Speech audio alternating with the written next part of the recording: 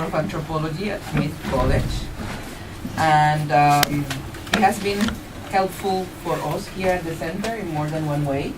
For example, last spring when we had the alternative spring class to Guatemala, he was one of the presenters for that, and his presentation was really good. Helped prepare the students very well to see the reality of what we were going to visit there in Guatemala. And today he's going to present to us. And the title, I can read you a few things, short things about him. Fernando Armstrong-Fumero is a sociocultural anthropologist who specializes on research in political anthropology, oral history, and multiculturalism in Mexico and Latin America. He also has a long-term research project on the intellectual history of anthropology in the Americas. And he currently is developing two long-term research projects. One is based on collaborative, community-based research on the role of oral narrative and traditional knowledge of the lived landscape in promoting the participation of local communities in cultural heritage practice. And other concerns on the intellectual history of anthropology in the Americas and the complicated relationship between academic theories of culture and biological history and the emphasis on common sense and self-evident facts that has broad currency in American culture. He has books, articles published and in press, so it's impressive. He's quite young and already so accomplished. I feel that older than I look. Looks young to me. And today he's talking to us about strange bedfellows, private partnerships, public institutions, and local communities in the Maya culture industry. Please welcome him. Hi, everyone. Thank you. So I'm really happy to be here. This is kind of a special talk for me. I had initially planned to talk about a book that I just published called Elusive Unity, but I've been working on notes towards a new book project for a few months, and you get to be the victims of the first sketch of what's going to be a chapter in that.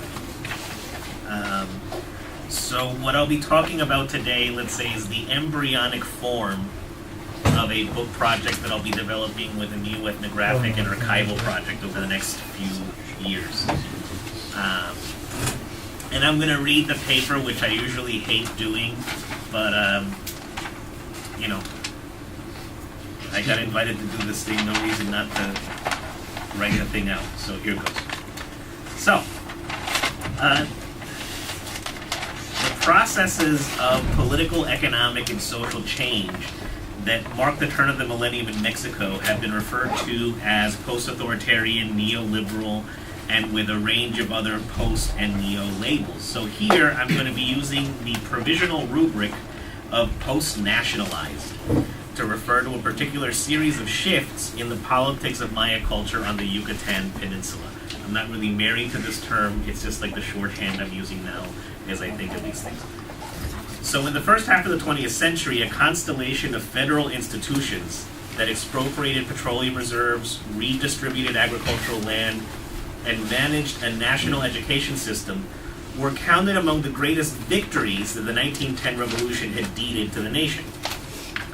The romance of nationalization also touched a whole series of secondary sectors, from state-owned monopolies on communications and infrastructure to the management of archaeological sites by the National Institute of Anthropology and History, or the INA. And INA, I'll just refer to it as INA, will be a recurring character in this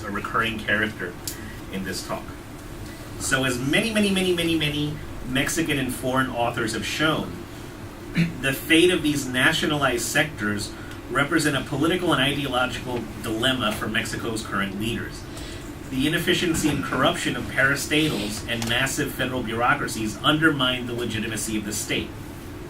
But at the same time, on the other side, the act of privatizing these parastatals and monopolies is often construed as transferring sacred national patrimonies into private hands.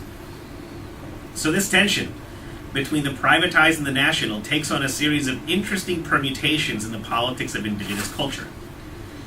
Today, there's an evolving and complex dynamic between federal institutions like the INA, what I'm going to refer to provisionally as post-national institutions, that bring private enterprise into state-run cultural programs, and then grassroots mobilizations that must contend with the increasing political resonance of Maya culture. So these different kinds of interventions in the terrain of culture invoke distinct and often ambiguously related iterations of what Maya culture is and what it means for the regional public. And the markedly ambiguous relationship between these different iterations of culture seems to be a defining feature of public discourse on Maya culture in the peninsula today. So, speaking of the devil, in my own work, I've found that a more careful consideration of ambiguity is important for rethinking some of the models of indigenous resistance that became prominent in the 1990s. So for authors like Quetzil Castañeda and Diane Nelson, the polyvalence of terms like culture, or terms like Maya, creates spaces in which subalternized indigenous people could invert dominant discourses in ways that were empowering to them. But here's the rub. Those moments of inversion do not bring about an absolute redefinition that permanently substitutes dominant meanings of culture with new and counter-hegemonic ones. It's really significant that Quetzil Castañeda draws on Michel Desserteau's notion of the tactic to describe the appropriation of dominant discourse from below. So Desserteau stresses the improvisational and moment-specific nature of the tactic. Something that happens in the moment, it's improvised. When the moment of tactical appropriation is over, a word like culture remains every bit as polyvalent, has the full range of meanings that it had before it was hijacked by an opportunistic subaltern. So the semantic opening left behind by the critique of revolutionary era cultural politics is ripe for the plucking by post-nationalized institutions that seek to override older models of national culture with critical versions that are nevertheless serving elite interests. So what are these elite interests? In the popular imaginary of contemporary Mexico, they're often associated with the privatization of formerly nationalized industries that's fattening certain elements of a politically connected business class. Of course, the most famous here is Carlos Slim Helú, the telecom magnate that became, I don't know if he is right now, but he has been the wealthiest man on earth, fattened on the privatization of a nationalized telecom monopoly.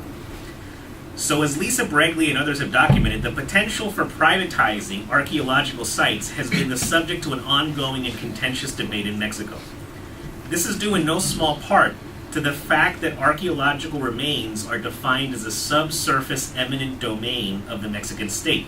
This is the same legal status that legitimated the nationalization of petroleum in 1938. So the question of eminent domain that's applied to archaeological sites is legally has a very close kinship to petroleum rights, which is where the real angry debates about privatization are going on. So vernacular interpretations of eminent domain take on very tangible form in statements that characterize archaeological sites as the property of all Mexicans. So when Yucatecan friends of mine, they often parody tourists from Mexico City who protest when the guards at Chichen Itza are trying to enforce the rule. And inevitably they say the same thing, estoy en mi casa, I am in my house. Comments like this imply that the status of the ruins as a national patrimony precludes their being defined as the more exclusive heritage of the Mayan ethnic minority of Mexico. But there's something else here very interesting, and there's more to it than just what Yucatecans perceive as the Chilango presumption to speak for all of Mexico. The Chilango tourist assertion that I am in my house reflects the almost sacred aura of popular ownership that inheres in things and places that are administered by federal institutions. As I'll discuss in much greater length below, the idea that culture is something that emerges through a particular kind of engagement between individuals and the state has deep roots in public discourse and is undergoing some interesting transformation in the age of post-nationalized culture. So really, it's unlikely that the formal legal statutes that treat archaeological remains as an eminent domain of the state will be formally revised. But a series of relatively new institutions have been undermining the monopoly that INA has held for decades over the curation and management of antiquities. So in 1987, the Yucatecan governor Víctor Severa Pacheco founded a state-level institution, Cultur, which provides services to tourists at archaeological sites.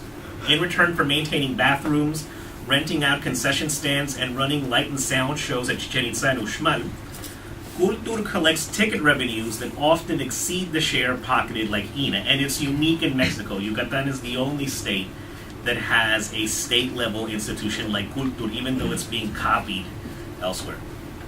So over the course of almost 30 years, Cultur's activity has contributed to the emergence of a discourse on public interventions into culture that hinges less on the maintenance of the artifacts or cultural goods themselves and more on managing the often market-driven experience through which humans interact with these objects. And I'll give a number of examples of this as I go on. So Cultur describes its own institutional mandate in terms that explicitly link the work of touristic promotion to different forms of cultural promotion that have a deep, deep history and resonance in 20th century discourse about the state's responsibility to the nation or to the population in Mexico. So, for example, a 2010 report that detailed operations during a particularly busy series of years referred to Cultur as a parastatal agency geared towards, and I'm quoting here, touristic services and promotion. But the same report, along with all the propaganda on Cultur's very slick website, refers to things like education, to the rescue, to the promotion of culture, all terms associated with the historical mandate of institutions like INA, and also associated with public schools. So Cultur explains, I'm going to quote at length how Cultur explains its mandate as being at this particular confluence of the cultural and the touristic. So here I'm quoting.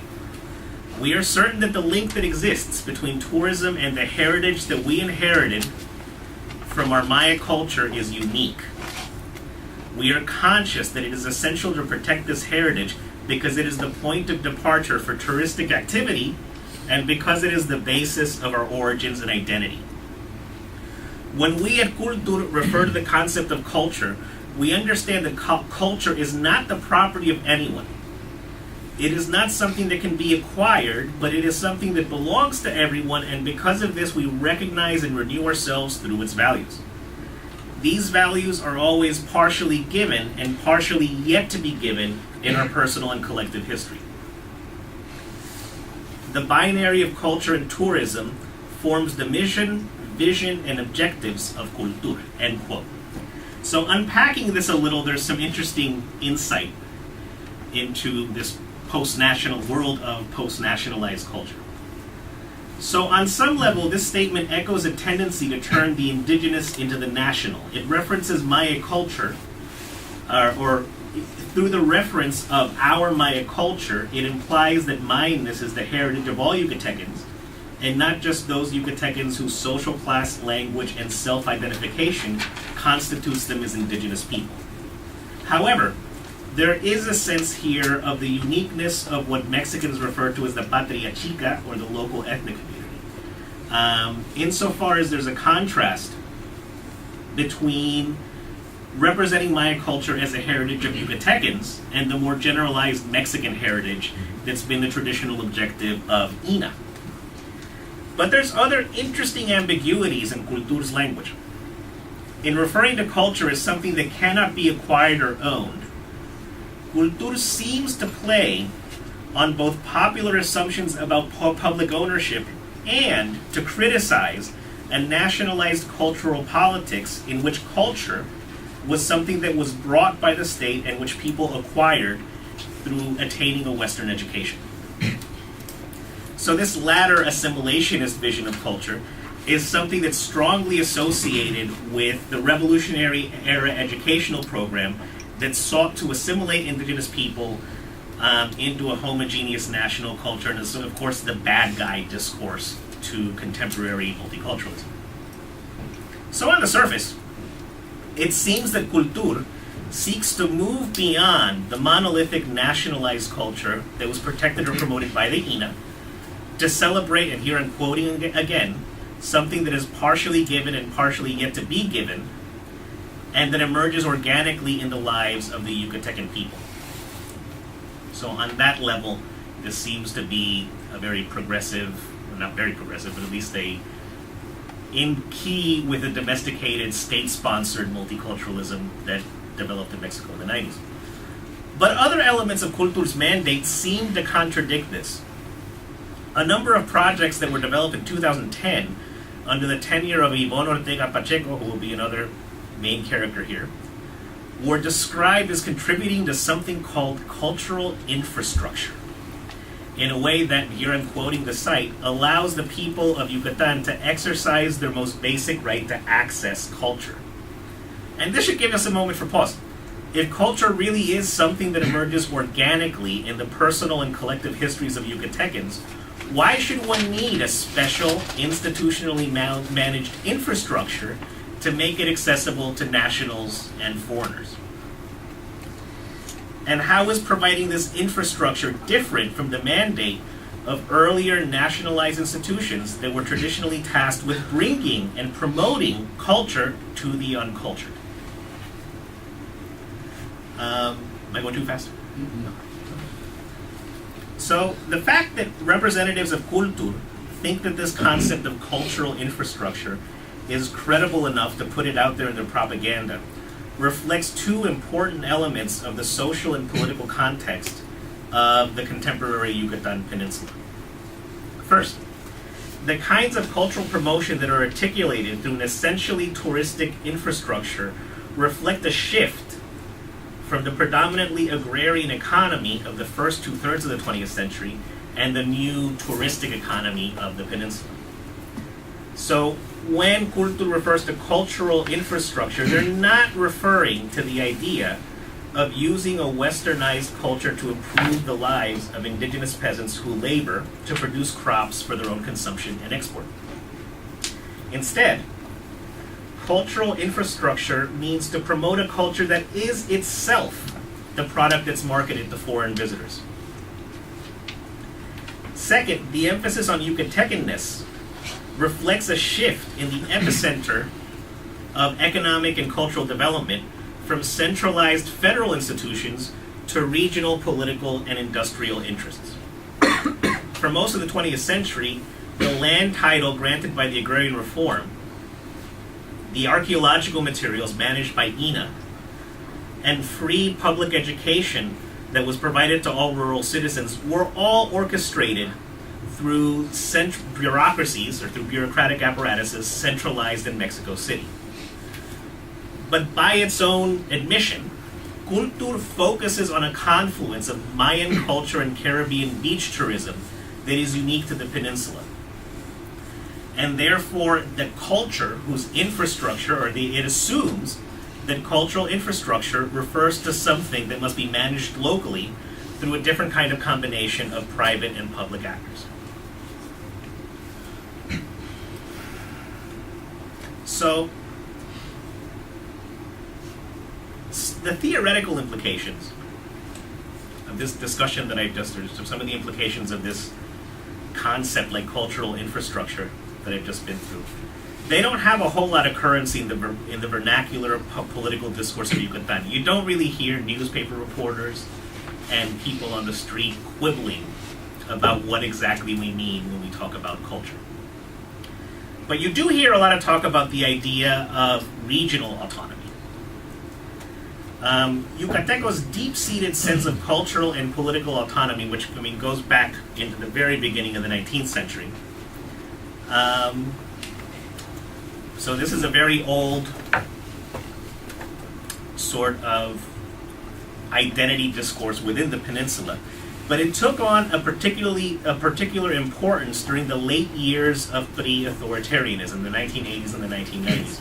During this time, Yucatecan politics were dominated by a faction within the PRI associated with the populist hardliner or Prinosaurio, Victor Cervera Pacheco. Prinosaurio, pre-dinosaur, is a common term for these old, entrenched, hardline political elites within the PRI.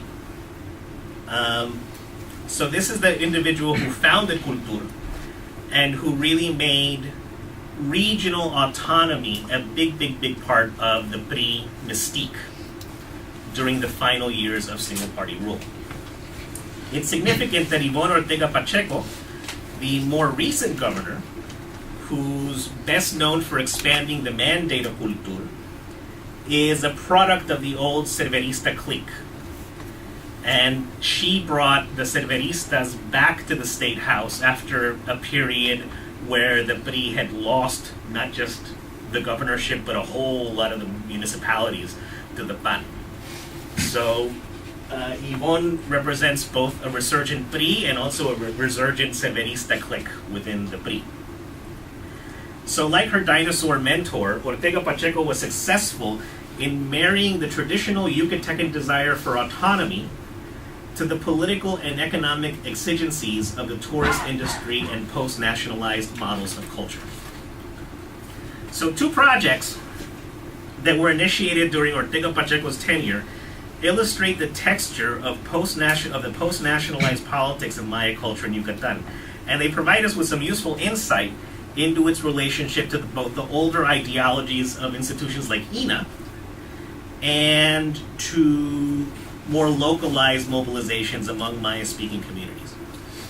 So the first of these projects, the Gran Museo del Mundo Maya, or the Grand Museum of the Maya World in the city of Mérida, highlights some of the paradoxes in the denationalized idea of accessibility and cultural infrastructure that emerges within this new context of tourist-inflected cultural politics. The second is a currently stalled and very possibly failed project, El Palacio de la Civilización Maya, or the Palace of Mayan Civilization, which shows some of the more ironic outcomes of an encounter between this post-nationalized model of Mayan cultural politics and grassroots mobilizations by Maya-speaking people. So, the Grand Museum in Mérida was built through a collaboration between Cultur, the Fundación Cultural Yaxche, which is a somewhat shadowy organization very closely tied to Ortega Pacheco herself, and Grupo Hermes, a Mexican industrial conglomerate that would manage the museum, sorry about that, Okay. and collect revenues, but isn't it great that it was mine and not someone else's? So Grupo Hermes is tasked with both parts of the construction, but also managing the museum and collecting ticket revenues. So through Grupo Hermes, the Grand Museum is associated with the Hankron family. This is a deep, old family of Mexico City and Tijuana-based industrialists whose putative connections to narco-trafficking generated some buzz in the Peninsular press. But like the real controversy revolved around the transfer of a large part of the collection that had been displayed in an INA-operated museum to this new private museum. And I love, this is the dedicatory plaque. State Government of Yucatan, Cultur, Yaxche, Grupo Hermes. You can barely see INA. Right? But all of the actual antiquities are INA property, but they're pushed, they're kind of just sort of the land, not even the landlord, they're the guy renting the boat or whatever. They're just pushed to the margins of the collaboration.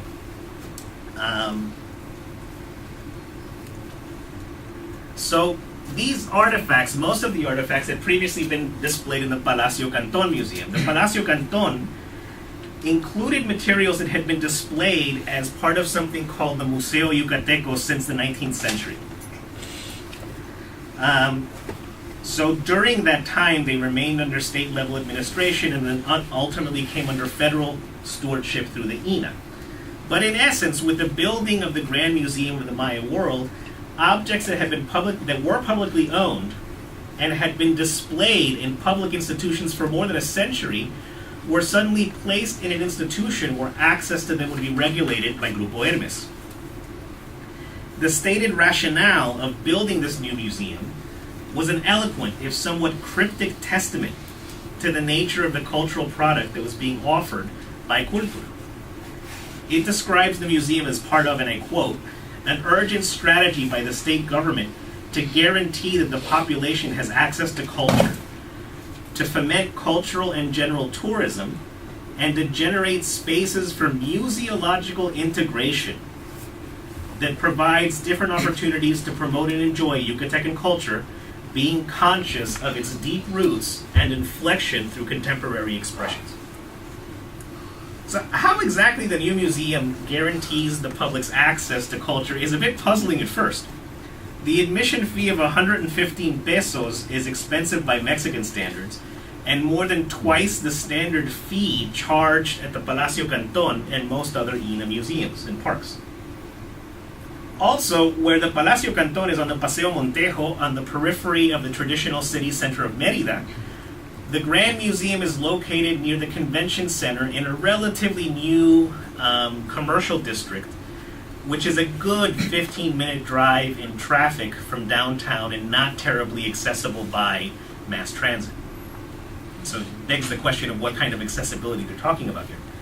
So that said, for those who are able to afford a visit, they will encounter a vision of Yucatecan culture that's delivered with a coherence and entertainment value that's hard to find in the poor old Palacio Canton. The space of the Palacio Canton is physically imposing and very well maintained, but the conservative and rather dated museography of the permanent collections has often been referred to as a sort of embarrassment by my Yucatecan colleagues. In contrast, Grupo Hermes invested a great deal of capital in hiring an expert staff which designed a very sophisticated display space involving a dazzling array of multimedia elements in meticulously designed display. This is the Grand Museum, very clean space. This is one of 6 multimedia film rooms that you go through as you travel through the exhibit. Notice how spare it is in objects. There's not a whole lot of artifacts out there. Very few, because the emphasis is on the integrated multimedia experience. In some senses, the museology here errs on the side of style over content. On my first visit, I noticed that some of the reproduced dinosaur skeletons on display at an exhibit of the Chicxulub asteroid crater were mislabeled. Also, most of the pre-Hispanic pieces lacked the labels that detailed their provenance and physical characteristics that the Palacio Canton had given to the very same object. So here, you have a little bit of text about jewelry and decoration, but you don't have real immediate access to the provenance of any of those pieces, which is significant. This comes from all the way in Campeche. It's about 1,300 years old. This is about 1,000 years old from the north of the peninsula. There's information there that the Gran Museo didn't feel the need to provide. In effect, the objects that were transferred from the Palacio Canton went from being the stars in a public repository of heritage objects to being props in a series of narratives that were driven by video and audio displays. As an academic, I found this de-emphasis on the origins of the objects to be troubling. But I also found myself thinking that the stodgy museography of the old Palacio Canton would have a much harder time making such a coherent historical narrative accessible to lay publics. And I also have to add, if I was going to take a group of Maya school kids to a museum, it would be this one, not the Palacio Canton, for a whole number of reasons in the display and the experience provided, and also the representation of contemporary Maya culture. Sort of a guilty admission on my part, but I would probably take them here. In this sense, it seems that the accessibility promised by the Grand Museum is less about the physicality of objects, which is the INA's traditional mandate, than it is about providing visitors with the experience of a coherent and digestible narrative. This emphasis on the overarching nature of experience versus the particularities of objects seems to be a distinguishing characteristic of projects articulated through the state-level culture when we compare it to the federal INA. And among other things, this exhibition philosophy echoes the jargon of a particular sector of the tourist industry. Here, I'll briefly digress into this question of providing a total experience to tourists and use this as a segue into discussing Ortega Pacheco's second great project, the Palace of Maya Civilization. So, what you're looking at here is the back of a bus operated by the Xcaret Group, which Xcaret began by operating a series of ecological, in quotes, water parks in the state of Quintana Roo, and they've since grown into the largest tourism conglomerate in the peninsula. So Xcaret operates in what's often referred to kind of pejoratively as captive tourism, or turismo de cautiverio, in which patrons are shuttled between different sites and provided a diverse array of services by the same operator. In this context, the term experience captures the fact that the operators and in-house guides seek to provide a consistent standard of quality and narrative or aesthetic cohesion across diverse sites. The Xcaret brand is about the consistency of experience, about stitching together different sites into a seamless narrative of indigenous culture, natural wonder, and ecological sustainability, all of which is controlled by a single operator. Derived from a similar philosophy of touristic edutainment, the museology of the Grand Museum of the Maya World places more emphasis on the assimilation of a coherent narrative content that runs through the various exhibits than it does on the study of individual objects. And it's not for nothing that the museum was designed by architectural firms, and some of the people that designed the multimedia have as much experience in tourism as they do in academic museology. So the disjuncture between the custodial and object-focused mandate of the INA and the more narrative-driven focus of a cultural infrastructure that is influenced by the practices of captive tourism has some pretty significant implications. So writing in the 1990s, Quetzil Castañeda characterized tourism at sites like Chichen Itza as a Foucauldian disciplinary apparatus in which dominant players like the INA and major tourism companies regulated the movements and economic activities of tourists. As the tourists were moved through this apparatus, local Maya people were able to make tactical interventions for their own profit through ambulant vending and other semi-legal activities.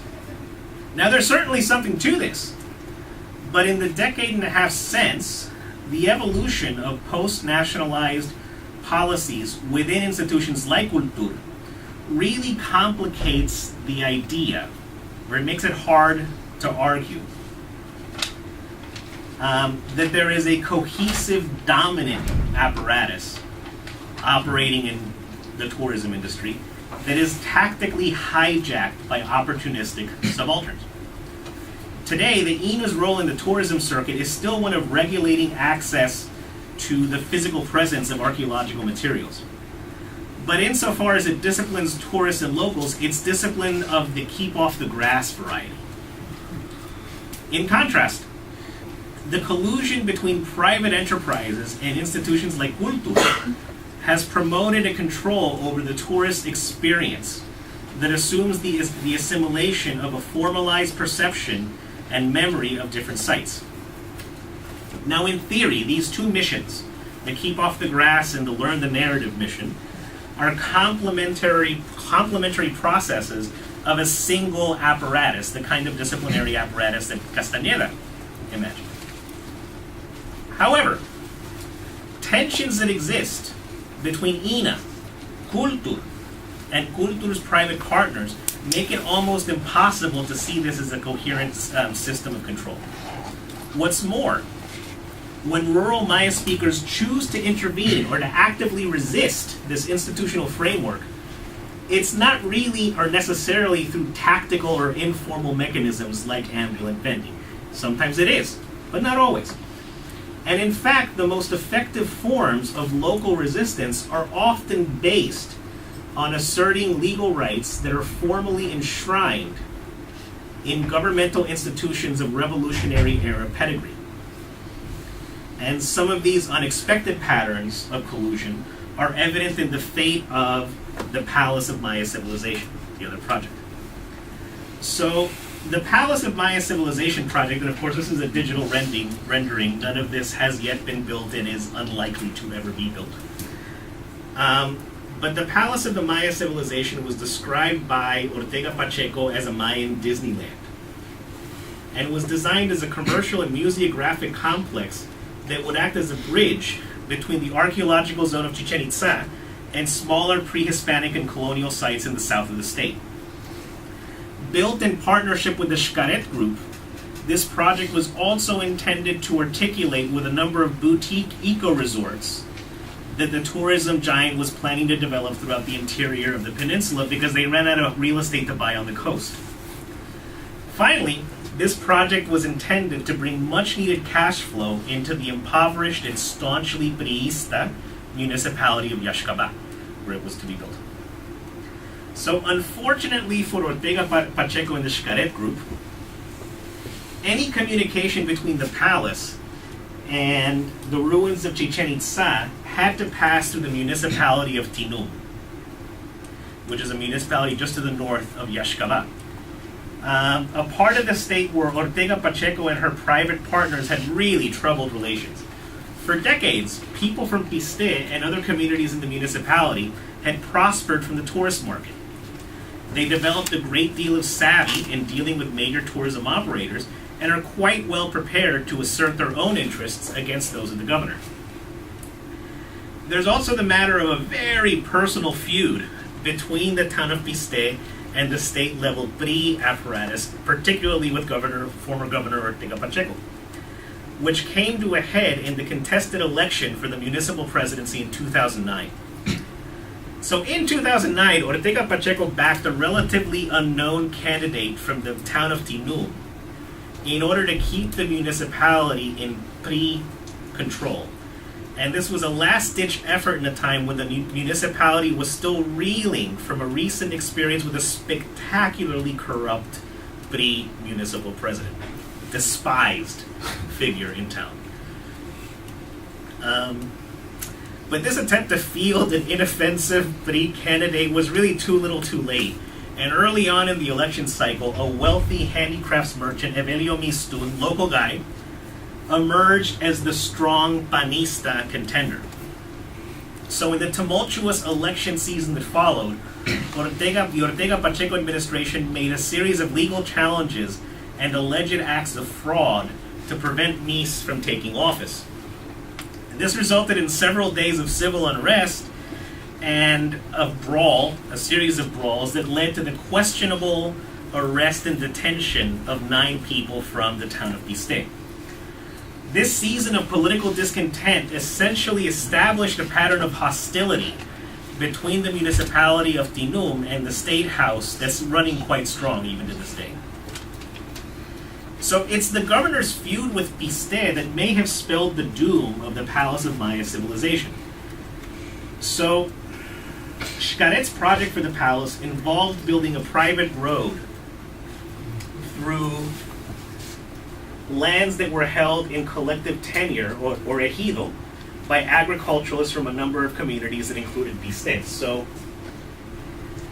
the palace was going to be built here in a former rancho called Tzonotaban. Piste is here, Chichen Itza is here. The road would have cut through the bush here. Okay? Kind of parallel to the actual road, but through the bush.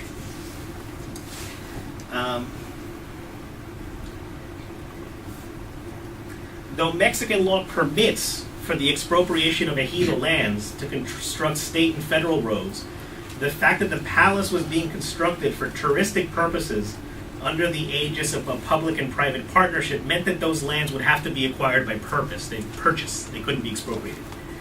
And though in 1992 reform to the Mexican Constitution would have made that sale legal, the ejidatarios of Piste simply refused to sell. Refused to bargain. So without a new road, anyone traveling from Chichen would have to pass through the main drag of Piste and up the main road to Onotaban, which was here, and is now the Palacio.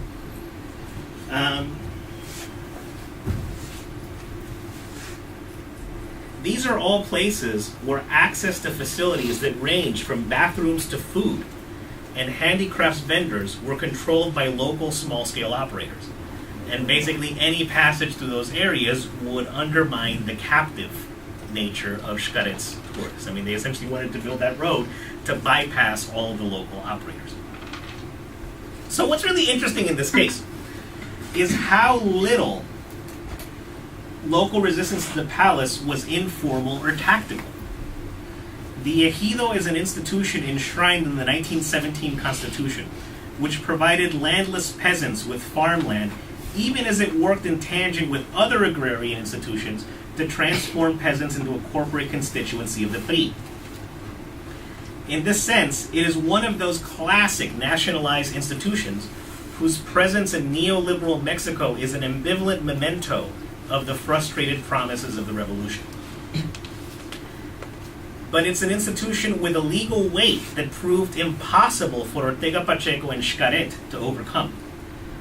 In essence, the Maya-speaking peasants employed an institution with roots in authoritarian corporatism to frustrate a capitalist-driven project based on the promotion and marketing of quote-unquote their culture. As of today, the plans for the completion of the palace are stalled. All that one can see from the public road is the completed parking lot, a parking lot to nothing, that emerges somewhat eerily amidst many miles of undeveloped bush. So this is something this brings us to something that seems to be a recurring pattern in contemporary battles over tourism. Representatives of older nationalized institutions often side with members of local communities to limit the expansion of post-nationalized control over the tourism industry. Given the history of struggles between INA and local communities who are often accused of damaging or destroying archaeological sites, these are strange bedfellows indeed. This was the case with when Cultur collaborated with a smallish Mexican tourism company and an international subsidiary of Discovery Communications to produce audio guides that would have cut into the livelihood of the local tour guides at Chichen Itza, and they tried to recruit me as a consultant on that project. Silly them. I kept them on the hook long enough to milk them for information that I kept feeding to the guides. But in their daily shepherding of tourists through the site, these guides are very often these objects of the INA's keep off the grass discipline. To say nothing of the disputes that their parents and grandparents found themselves in when they uncovered archaeological remains during the practice of agriculture.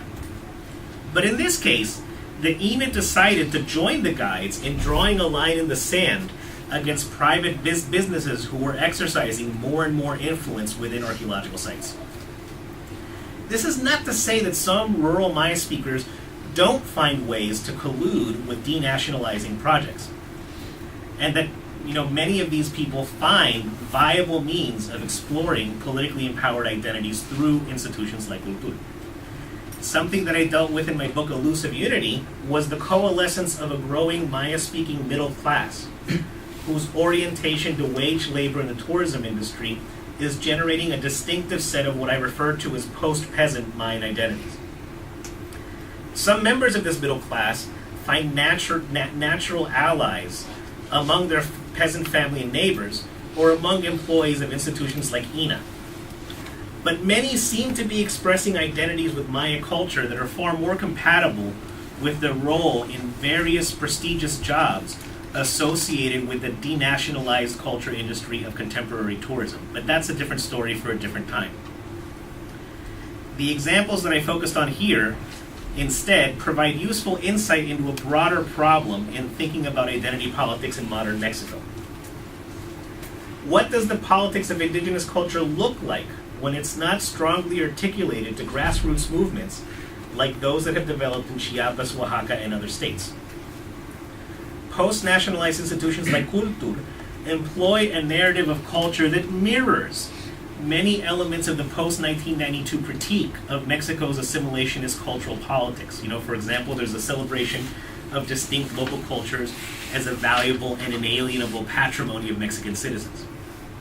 But concepts like cultural infrastructure or the generalization of Yucatecan heritage present a vision of Maya culture that couldn't be further from the anti-capitalism and emphasis on very local forms of autonomy that have been at the heart of the discourse of groups like the EZLN, or the Zapatista Liberation Army.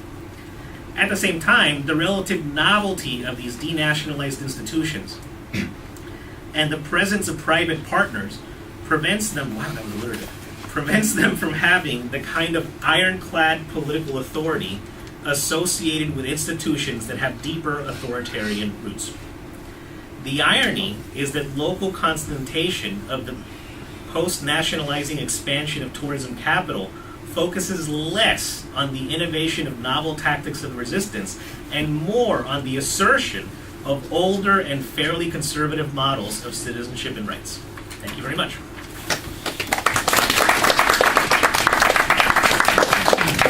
Probably went a little long.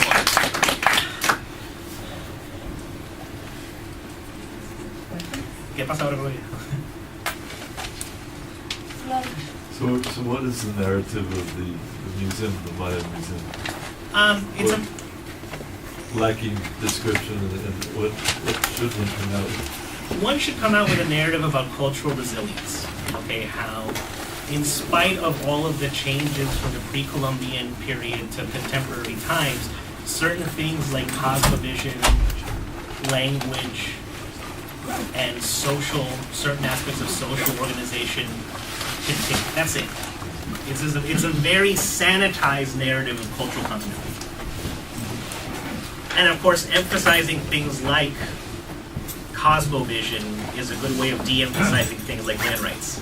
Yeah. And Mr. Fellows, why would Nina give up the artifacts and so forth? This is a very powerful group. That is a very deep question, and there's conspiracy theories about people being paid off and threatened.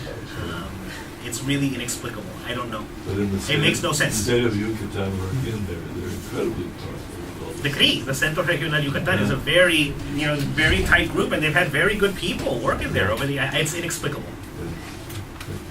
Yes, I honestly don't know. I wouldn't have believed it if it actually happened. I sort of hear in my head a conflict between the cosmic race and the on the ground, the breaking up of systems at the same time. And to me, it's fascinating. I'm really, I really found this very, very good, very enlightening.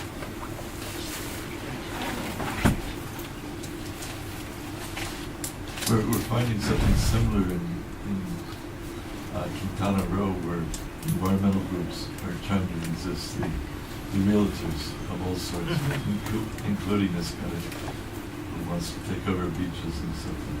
But the problem with the environmental groups, however well-meaning, is in order to get funding, they have to partner with major hotel groups. Yeah. Funding. And that doesn't permit them to do a whole range of things. And it's a tricky thing because Xcaret has their finger in a whole bunch of different pies, and some of them are very legitimate. They sponsor all kinds of cultural events that were much better off for those cultural events existing, in spite of the fact that they're Xcaret money. I think the palace is a whole other story. This is just this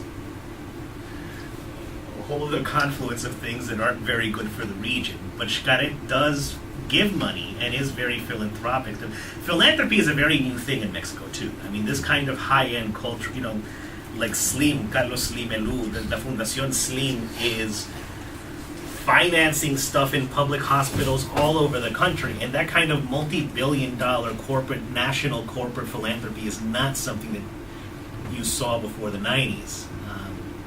But that's very much the legitimating mechanism that Xcaret. So they fund this thing called the Centro de Investigaciones Xcaret for the study of hieroglyphic writing. the Centro Yuri Knorosov, and they published the works of Knorosov, and they've made this huge investment in the figure of Knorosov, who's this Russian ethnologist that kind of cracked the code, let's say, of the phonetic part of hieroglyphs. Although I've been emailing them for months and they don't ring me back.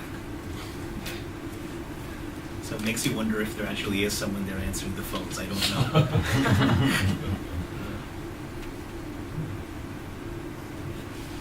And the public, and honestly, that public-private partnership to make the audio guides, right? I was talking to those people, the audio guide company people, for months, trying to explain to them why this was a terrible idea. And they were, I have to give them credit, I think that in good faith, they believed an impact study that had been given to them that said that this wouldn't impact the livelihood of the local guides, A. And B, the company that was actually going to be operating the audio guides had convinced them that it was an NGO. It's not. Very clearly not. I mean, they do philanthropic activities, but it's not a community-based organization. But how the heck was a telecom, or like a Discovery Communications subsidiary in Spain going to figure that out all the way from Spain? Oh yes. In fact, the whole concept of filling up the Riviera Maya is basically a model after what happened, to the Spanish coasts. Yeah, and there's a lot of Spanish money in there too. Yeah. A lot. And I think tourism is what is actually running everything, will ultimately do so. Oh, absolutely, yeah, in the peninsula for sure. I mean, and of course, they're very invested, recently with the decline in tourism all over Mexico. The people on the 3 peninsula states are deeply invested in putting out these crime statistics that you hear from the State Department aren't broken down state by state, and how safe the peninsula, the tranquilidad of the, I mean, I'm very seriously considering calling this book Tranquil Mexico, because it's very much about the peninsula being a Mexico tranquilo. It revolves around tourism. There has been a lot of government propaganda, whatever you want to call it, in the American press, particularly in style sections of journalism, magazines, and things of this sort, for the areas in which we work. We say, hey, look, here we are again. And it's very, it's very interesting how this has quite changed. Yeah. I have a couple of questions. Sure. One is, what about culture in terms of practices? So I feel like sometimes what I was in that area once, and like what people would tell me was they were lamenting how they'd forgotten their old practices, and how does this relate to anything? Because that's what the just regular people were saying. Well, this is what. So I'm really fascinated in semantic ambiguity, like the politics of semantic ambiguity. So you hear the word culture, cultura, you assume you know what it means. You assume if you hear someone talking, if let's say you're a heritage speaker of Maya who grew up in Cancun, which mom and dad and grandparents live in the village, you hear someone talking about access to culture, like, oh yeah, I wish I could send my kids, I should send my kids back to the village this summer so they can learn some Spanish or some Maya and see how their grandparents live, right? That's how you understand what Xcaret and Kultur just said. But that's not what Kultur was saying. Right. Kultur was saying really talking about tourism infrastructure and a kind of culture that can get marketed. But because of that ambiguity that's built into the word culture, they can get away with saying these things. They get away with it because the public understands something else. Because it seemed like it was very much on the minds of people as something they live every day, that they were grappling with. Absolutely, and when you talk to it's in my first book. I talk a lot about the ambiguous in the everyday speech of communities. There's this tension between culture as something that's being lost, and culture as being more Western. So there's already that ambiguity in everyday speech. what I'm calling here the post-nationalized notion of culture is adding another level of possible meaning into this already indistinct and ambiguous semantic terrain. So when you say post-national, I'm thinking culture as like the UNICEF, or, it belongs to the world, it's a world heritage, we all need to preserve it because it's something humanity. Is that what you mean? Or no, I mean that the people in charge of promoting and preserving culture are not the nation. It's not the nation state. Right. Non-national private actors are playing a primary role in developing cultural infrastructure. Not federal bureaucracies like the INA. But not that it's or the CEP. a Like human heritage versus a national heritage. Okay. Well, the other question I had was just agriculture, like how, and maybe agriculture as culture. I don't know. So just, are there movements around that you have dealt with at all? Well, it's weird. So I work in an area they were very lucky during the agrarian reform because it was land that had very low value and there was very little commercial agriculture.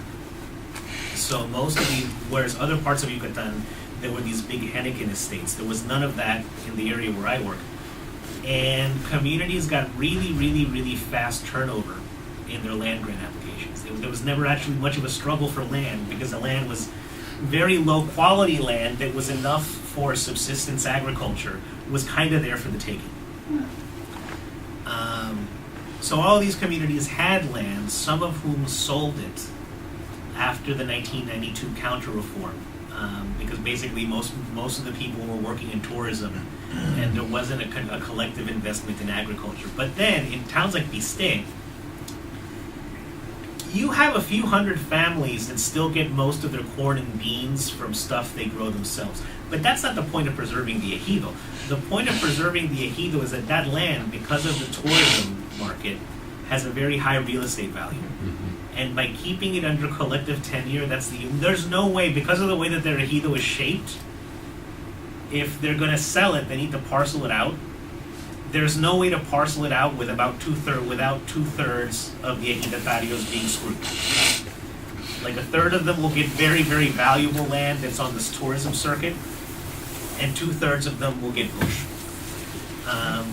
So ironically, there is a very active, very lively, very vibrant practice of subsistence agriculture, but it's almost secondary as a function of the ejido to this stewardship over real estate. But they can eat off of it.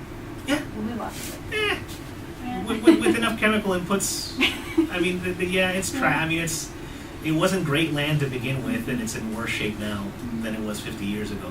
I mean, there's some very selective areas that are being worked on for export quality organic crops, but it's really, really, really hard to grow subsistence maize here without quite a bit of chemical input. It's also swidden agriculture. I mean, I don't know if you know, in scrub forest, all the nutrients are in the trees, not in the ground. So you have to chop down all the vegetation, burn it to get a nice ash coat in order to plant 1, 2, at the very most 3 harvests, and then you need to fallow that land for 10 or 15 years. The higher the population gets, the less time people allow the land to fallow. And you start to have erosion issues, and so it's not again, it wasn't great land to begin with, and it's pretty crappy now. But you can feed yourself on it. Is the population growing a lot? Usually? Yeah, I mean, Piste, there's about 6,000 people living in Piste, where there were about 400 people there a year. But even really isolated, I work in this really isolated village called Xcaratzonot, that it had 140 people in the 1920s. There's over 1,000 people there now. Like, even the really little places are really, really big. That's true all through the coast. The migration is incredible from other parts of Mexico. Maya people from the, from further north, and from all over other countries as well. Yeah. Yeah, and this is an interesting phenomenon all over Mesoamerica, right? That you have the percentage of the national populations that are indigenous language speakers are shrinking in proportion to Spanish speakers. But in terms of absolute numbers, there's many times more indigenous language speakers now than there were 50 years ago. Do you think resistance, I mean, you can see how it develops in peace day, kind of a long tradition of that. But you find it around other sites in the Yucatan? Resistance to Black Ina or Black the Pride? I find it in the entire Chichen Itza circuit. Yeah. It's the ejido that's the bulk. Well, there's two things. There's the ejido, and then there's the Ina labor union. Yeah. Okay. Which is also an old, corrupt, priista union. So are the taxi drivers, are old, corrupt priista unions. But ironically, these old authoritarian era institutions are the most successful at moving people to do stuff. And they don't get along with Junto. So they're sort of taking, people are able to mobilize by grafting their own local resistance to an institutional feud, to one or the other side of this institutional feud. So again, there is no dominant apparatus. The apparatus is kind of fighting within itself. Mm-hmm. Thank you. Thank you. Thank you very This was much. fun. Good.